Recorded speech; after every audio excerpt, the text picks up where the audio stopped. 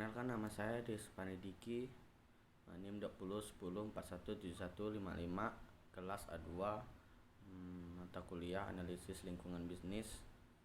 Baik, di sini saya akan meringkas dari bab 8 dan bab 9. Yang pertama itu bab 8 tentang strategi non pasar untuk arena pemerintah. Untuk poin yang pertama, formulasi strategi di lingkungan non pasar berbeda dalam beberapa hal dari rekarayanya di lingkungan pasar. Pertama, pemasalah non pasar menarik lebih banyak partisipasian daripada mereka yang terlibat dalam pasar. Kedua, komponen penting dan strategi non pasar diterapkan dalam pandangan publik yang membutuhkan kepekanan terhadap keperhatiannya dalam kelompok peserta yang lebih luas. Yang ketiga, itu ada logika aksi non pasar kolektif dan individual berbeda dengan logika aksi pasar. Yang keempat, dalam lingkungan non pasar, masalah tidak diselesaikan dengan kesepakatan sukarela seperti di pasar, tetapi dalam banyak kasus oleh lembaga pemerintah yang memiliki kekuasaan untuk menetapkan. Yang poin kedua yaitu ada tentang proses perumusan strategi non pasar dikembangkan dengan fokus pada aset strategi. 3 strategi dasar kemudian dijadikan dan diilustrasikan dengan contoh-contoh strategi representasi didasarkan pada hubungan konstitusi antara pemilih dan perwakilan mereka dan mengarahkan tekanan konstitusian kepada pemegang jabatan pemerintah. Strategi pembangunan mayoritas melibatkan pembentukan mayoritas untuk mendukung atau menentukan undang-undang dan berfokus pada logistor penting. Strategi informasi berfokus pada penyediaan strategi informasi. Yang selanjutnya ada tanggapan tindakan non pasar. Dalam jangka panjang, perusahaan memiliki pengaruh terhadap isu-isu non pasar sejauh kepentingan perusahaan tersebut sejalan dengan kepentingan masyarakat. Namun, dalam jangka pendek, perusahaan dan kepentingannya lain seperti serikat pekerjaan dan aktivis dapat memiliki pengaruhan yang lebih besar. Masalah penting yang perlu diperhatikan adalah kesesuaian kepentingan dalam usaha mempengaruhi keputusan publik. Dalam pesaing non pasar, masyarakat juga memiliki 2 tanggapan terhadap pelaksanaan kekuasaan non pasar. Pertama, masyarakat dapat mengandalkan pengaruhan kepenting yang berlawan untuk mempengaruhi kekuatan tersebut. Pluralisme kepentingan yang dapat bersaing bisa menjadi alat yang efektif dan membatasi kekuasaan.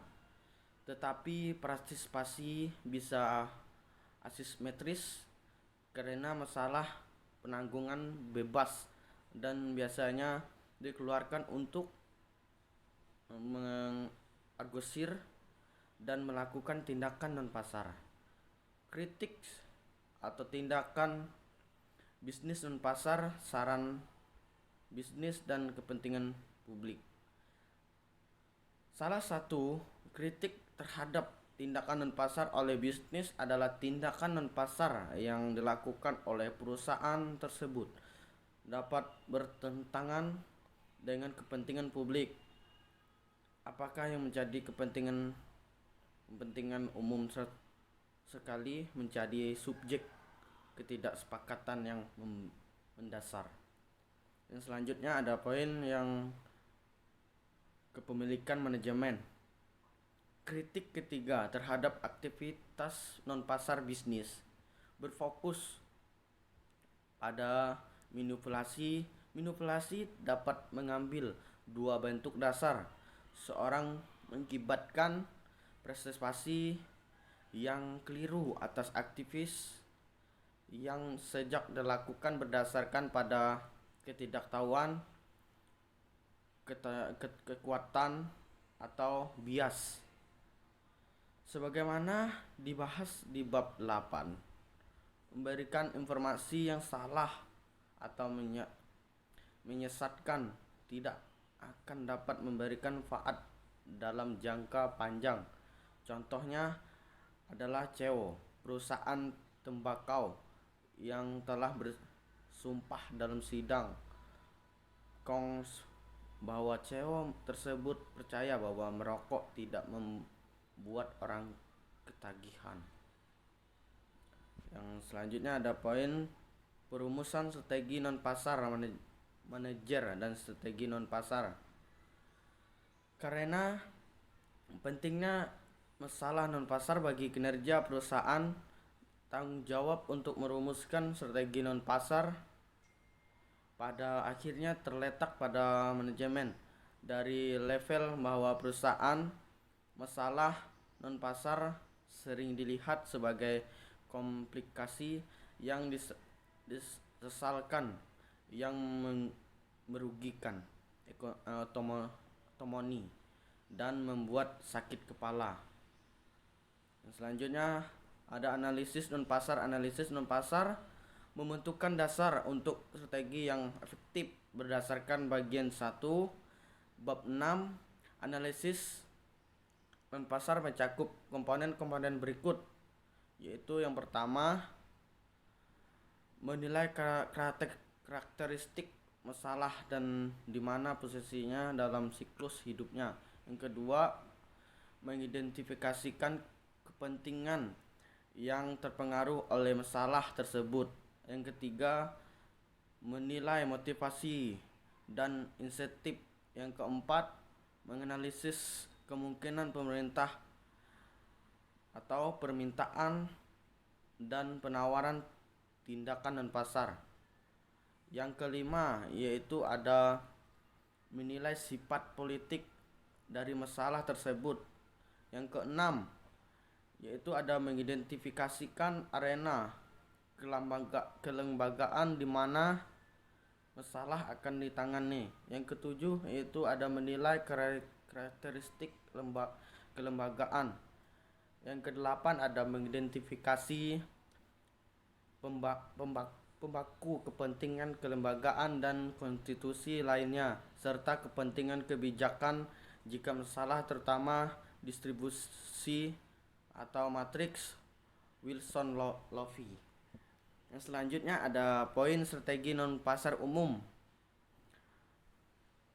Strategi non pasar umum generik adalah reputasi pembangunan mayoritas dan penyediaan informasi. Strategi ini tidak eksklusif satu sama lain, tetapi dapat digunakan bersama jika ada sinergi. Strategi reputasi didasarkan jika konstitusi alternatif bagi konstitusi pemegang jabatan pemerintah. Yang selanjutnya ada perumusan strategi non pasar adalah tanggung jawab manajer dan proses strategi memiliki komponen.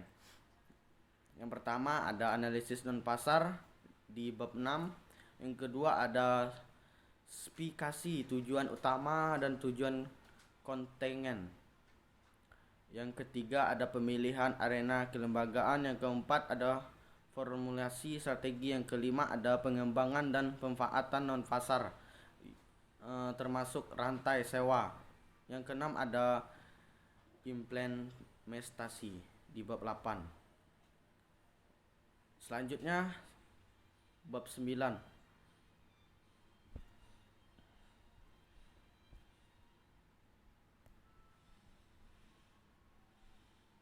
Bab 9. Selanjutnya ada bab 9 tentang menerapkan strategi non pasar di arena pemerintah. Melakukan lobby. Melobi adalah komponen sentral dari sebagai besar Representasi dan strategi informasional. Lobby adalah komunikasi strategi dari informasi yang relevan secara politik kepada pejabat pemerintah. Informasi tersebut dapat diberikan kepada presiden, gubernur, pejabat cabangan eksekutif, anggota Kongres atau beban legislatif negara bagian, staf mereka, dan staf komite. Political, yaitu komite yang dibentukkan perusahaan supaya wakilnya dapat duduk di parlemen atau pemerintah. Berapa teknik lobby dalam bisnis antara lain adalah: yang pertama, ada menganalisis kondisi atau keadaan saat itu. Yang kedua, menentukan partner dapat dan komputer bisnis. Yang ketiga, ada mengidentifikasikan kelompok kecil yang akan menentukan iklim. Sebut ada opini. Opini yaitu yang poin yang pertama, membentuk koalisasi atau partner bisnis. Yang kedua, menetapkan tujuan bisnis. Yang ketiga, menganalisis dan merumuskan penyebab masalah. Yang selanjutnya yaitu dalam bisnis, yaitu terdapat 2 poin. Yang pertama, menganalisis bagian macam-macam segmen pasar. Yang kedua, memperhitungkan media, termasuk media sosial dan media massa. Dan selanjutnya, massa, yaitu ada 2 poin juga. Mengembangkan kasus, itu yang pertama. Yang kedua, menjaga fleksibilitas. Yang selanjutnya, teknik negosiasi bisnis yang baik dan benar. Dalam melaksanakan teknik negosiasi ada 4 pendekatan yang harus dilakukan oleh pelaku bisnis, yaitu bargaining, kompromi, win-loss, dan win-win salton. Namun teknik yang paling efektif adalah win-win salton, di mana keduanya belah pihak memperoleh manfaat yang sama.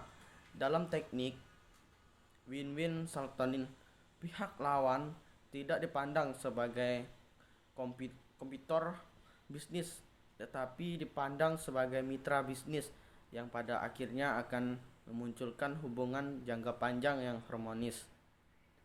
Namun teknik win-win salton tidak akan tercapai apabila kedua belah pihak terjadi konflik kepentingan yang berupa menggunakan pendekatan negosiasi win-loss.